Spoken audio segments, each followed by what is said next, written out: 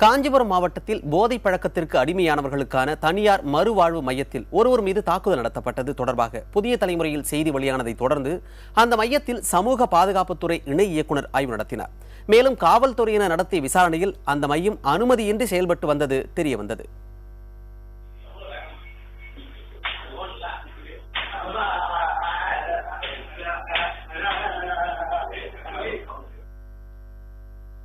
காஞ்சிபுரம் மாவட்டம் மவுலிவாக்கத்தில் உள்ள தனியார் குடி மற்றும் போதை மறுவாழ்வு மையத்தில் மதுவுக்கு அடிமையாகி சிகிச்சை பெற்ற ஒருவரை சிலர் கடுமையாக தாக்கும் காட்சி இணையதளத்தில் பரவி வருகிறது.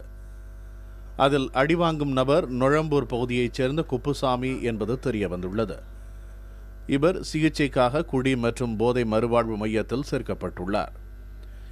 இதனால் ஆத்திரமடைந்த குப்புசாமி வீட்டில் இருப்பவர்களிடம் தகராறு செய்ததாக கூறப்படுகிறது.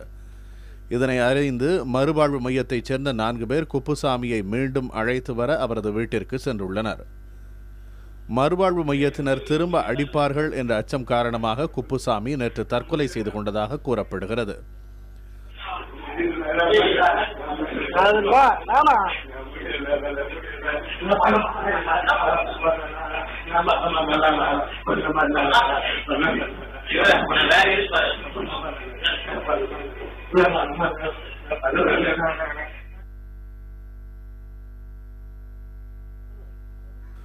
வாட்ஸ்அப்பில் வெளியான இந்த காட்சிகள் புதிய தலைமுறையில் ஒளிபரப்பப்பட்டதை அடுத்து தலைமைச் செயலரின் உத்தரவின் பேரில் சமூக பாதுகாப்புத்துறை இணை இயக்குநர் ராஜ் சரவணகுமார் தலைமையிலான 3 பேர் குழு தனியார் மையத்தில் ஆய்வு மேற்கொண்டது. விதிகள் முறையாக பின்பற்றப்படுகிறதா, மையத்தை நடத்துவதற்கு உரிமம் இருக்கிறதா என்பது பற்றி அதிகாரிகள் ஆய்வு செய்தனர். மேலும் காவல்துறையினரும் விசாரணை நடத்தினர். போலீசார் நடத்திய விசாரணையில் இந்த மறுவாழ்வு மையம் உரிய அனுமதியின்றி செயல்பட்டு வந்தது கண்டுபிடிக்கப்பட்டிருக்கிறது. கடந்த 2015 ஆகஸ்ட் மாதத்தோடு இந்த மையம் நடத்துவதற்கான அனுமதி காலாவதியாயிருப்பதாக போலீசார் தெரிவித்திருக்கிறார்கள். தற்பொழுது இந்த மையத்தில் உள்நோயாளியாக தங்கி கிட்டத்தட்ட 35 பேர் சிகிச்சை பெற்று வருகிறார்கள். அவர்களிடம் காவல்துறையினர் அவருடைய வாக்குமூலத்தை பதிவு செய்து வருகிறார்கள்.